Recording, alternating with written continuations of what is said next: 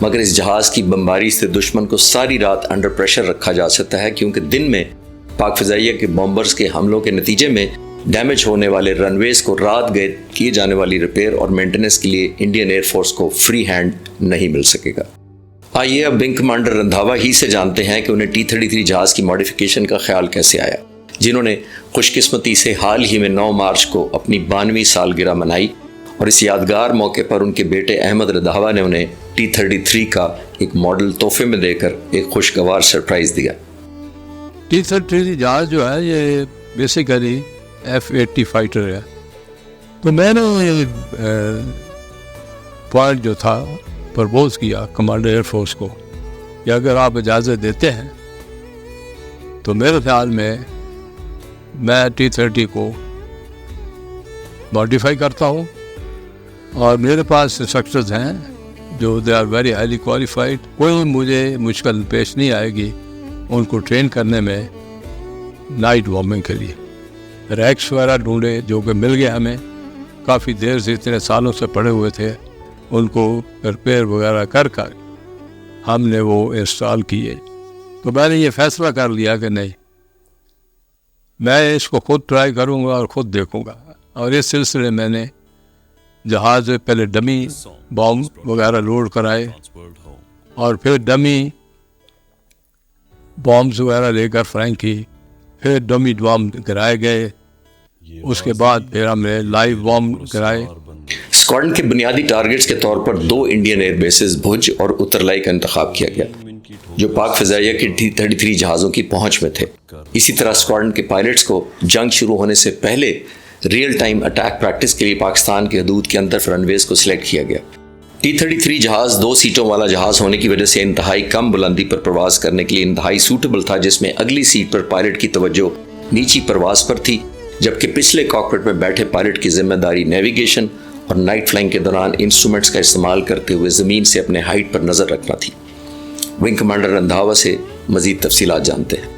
ہماری یہ کوشش تھی کہ ہم کبھی بھی 1500 فٹ سے زیادہ ہائی جو ہے وہ 40 سیکنڈ سے نہ رہیں، اس سے نیچے رہیں ہم، اور اس طریقہ سے میں نے یہ پیٹرن پروو کیے۔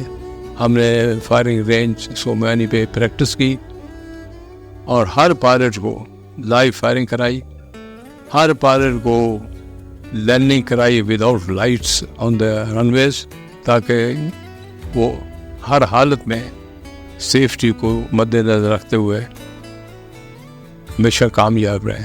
اور الحمدللہ ہم نے جتنے مشن کیے وہ سکسیسفل تھے، اور ہمارے جہاز الحمدللہ سیفلی واپس آئے۔ آخر کار دشمن پر حملے کا دن آن پہنچا۔ ونگ کمانڈر رندھاوا اور ان کے ساتھی معمول کی نائٹ فلائنگ کی طرح اس رات بھی اسکواڈرن پہنچے، اور 30 منٹ کے وقفے سے اپنے اپنے ٹارگٹس پر حملے کے لیے روانہ ہو گئے۔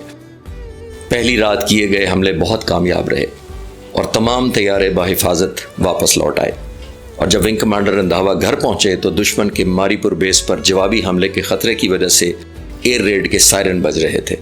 سب لوگ اپنی اپنی فیملیز کو لان میں اس مقصد کے لیے بنائے گئے بنکر میں لے گئے۔ اس واقعے کو یاد کرتے ہوئے ونگ کمانڈر رندھاوا کہتے ہیں کہ میری بیوی نے پوچھا، کیا جنگ شروع ہو گئی ہے؟ میں نے کہا، ہاں، ہم دشمن پر حملہ کر کے آئے ہیں اور اب وہ آ رہے ہیں۔ بیگم رندھاوا نے کہا، لیکن آپ نے تو کہا تھا کہ آج کی رات کی فلائنگ روٹین کی مشنز ہیں۔ انہوں نے جواب دیا، ہاں، یہ روٹین کے مشن ہی تھے، فرق صرف یہ تھا کہ آج ہم نے ہندوستانی ہوائی اڈوں پر بام گرائے ہیں۔ آنے والے دنوں میں T-33 کے بامنگ مشنز تقریباً ہر رات اترلائی اور بھوج کے ایئر بیسز کے خلاف جاری رہے۔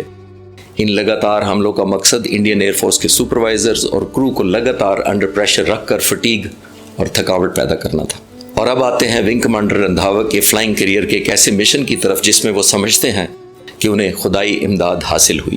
اس مشن میں 4 T-33 جہازوں نے 30 منٹ کے وقفے سے اترلائی ایئر فیلڈ پر حملہ کرنا تھا۔ ونگ کمانڈر رندھاوا پچھلی سیٹ میں بیٹھے فلائی لیفٹیننٹ نجم کے ساتھ اس یادگار مشن پر روانہ ہوئے۔ آئیے انہی سے اس مشن کے بارے میں جانتے ہیں۔ ایک رات جب ہم لوگ گئے، میں اور میرے ساتھ میرا کو پائلٹ تھا، میں نے دیکھا کہ ہم لوگ اپنے نارمل روٹ سے 8-10 میل دور ہو گئے تھے. تو میں نے کریکشن کر کے دوبارہ اس پہ آئے, لیکن اس کے باوجود پھر وہ کریکشن لگانی پڑی. اور جب ہم لو لیول فلائنگ کر رہے تھے اپنے ٹارگٹ کی طرف اپنے چیک پوائنٹ سے, تو اس وقت مجھے محسوس ہوا کہ کوئی خاص وجہ ہے کہ یہ جو جہاز ہے ادھر جا رہا ہے, اپنے ٹریک پہ کیوں نہیں ہے. یہ اچانک میں نے دیکھا میرے سامنے ایک بہت بڑا میدان ہے, اس میں بہت سارے ٹینک ہیں اور لائٹیں آن ہیں, اور چونکہ ہم 100-150 فٹ کے اوپر جہاز اڑا رہے تھے, مجھے صاف نظر آتا ہے کہ یہ سکھ ہے پگوں والے, یہ ہمارے لوگ نہیں ہیں. تو میں نے پن پوائنٹ کر لیا کہ یہ ٹارگٹ ہے ہمارا نیکسٹ, ہمیں ادھر آنا چاہیے. اب میں اپنے اصلی ٹارگٹ کی طرف گیا, اتر لائی ایئر بیس جو تھا. جب ہمیں وہاں جہاز کو اٹیک کے لیے اٹھایا تو ہمیں کوئی ریزسٹنس نہیں نظر آئی, اور نہ ہی انڈر نیچے جہاں ایئر فیلڈ نظر آیا. تو میں نے اپنے جہاز کی لائٹیں فلیش فائر آن کی تھوڑی دیر کے لیے, کہ ہو سکتا ہے میرے جہاز کی لائٹ دیکھ کر نیچے سے ایک فائر کرے, لیکن کوئی فائرنگ نہیں ہوئی. اس طرح میں نے پھر مس ٹارگٹ کی بات کی اور دیکھا کہ سامنے برما ریلوے اسٹیشن کے اوپر بہت زیادہ لائٹیں ہیں اور گاڑیاں کھڑی ہوئی ہیں. there were 3 big trains in the lanes. So I decided to کہ یہ this is opportunity target and is a good target. اور جس کے بعد ساری ٹرینیں ایکسپورٹ کرنے شروع ہو گئی, فیول, ایمونیشن, سولجرز. اور انڈین ایئر کرافٹ جو کہ پاکستان کی طرف حملے کے لیے آ رہے تھے, ان کی آواز ہمارے کنٹرولوں نے سنی. وہ ایک دوسرے سے پوچھے کیا ہو گیا, ہمارا سارا ہندوستان آگ کی طرح جل رہا ہے. تو مجھ سے رہا نہ گیا, تو میں نے ایسے مذاکر ان کو کہا کہ ہو چکو. تو اس کے بعد کنٹرول نے مجھے کہا کہ please carry on with your targets. تو میں واپس آیا. میں نے بیس کمانڈر سے بات کی اور کہا کہ بھئی مجھے اجازت دی جائے کہ میں اپنے 8 جہاز لے کے جاؤں اور ان کے اوپر بام گراؤں. انہوں نے آپریشن سے بات کی اور آپریشن سے مجھے یہی جواب آیا کہ نہیں, you only fly the mission you are authorise, don't try more. اب میری طبیعت میں یہ بہت گراں گزرا, کیونکہ ایک ٹارگٹ ہے, ہمیں پتہ ہے وہ ٹارگٹ ہے, اور کیوں ہم ایسے بیٹھے ہیں. تو میں نے پھر بیس کمانڈر سے بات کی, تو انہوں نے پھر ملایا اور کہا کہ اجازت دی جائے, جس پہ میں نے بیس کمانڈر سے ٹیلی فون لیا. میں نے کہا سر مجھے دیں, اور میں نے ان سے بات کی. میں نے کہا کہ یہ ہے اور یہ سچویشن ہے, اور I have to take the aircraft, we have to destroy them.